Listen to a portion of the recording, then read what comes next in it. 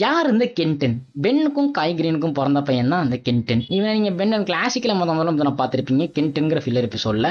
அந்த எபிசோட பொறுத்த வரைக்கும் பென் 10K வந்து பார்த்தீங்கன்னா கென்னுக்கு ஒரு ப்ரோடக்ட் அப்படின்னு சொல்லிட்டு கொடுத்துருப்பாரு. கடைசியில் வந்து பார்த்தீங்கன்னா பயங்கரமாக சண்டை நடந்திருக்கும் பென் 10Kக்கும் கெவின் 11Kக்கும்.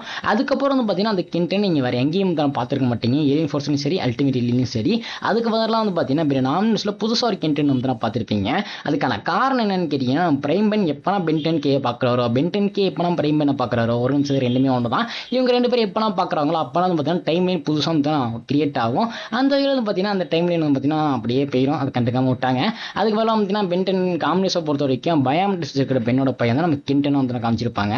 அவர் கென்டனை மட்டும் தான் இருக்க மாட்டார். அவர் தான் ஸ்பேனராக வந்து இருந்திருப்பாரு. இந்த டைம் லைனை பொறுத்த வரைக்கும் நம்ம அதாவது பயாமெட்ரிக்ஸ் வச்சிருக்கிற பென் 10K டைம் லைனை பொறுத்த வரைக்கும் கென்டன் கிட்ட வந்து பார்த்தீங்கன்னா ஆம்னிட்ரிக்ஸ் வந்து கொடுத்துருக்க மாட்டாங்க. அதுக்கு பதிலாக வந்து பார்த்தீங்கன்னா பேரடாக்ஸ் வந்து டைம் டிராவல் கேஜெட் கொடுத்து அவர் ஸ்பேனர் வந்து சுட்டு இருப்பாரு.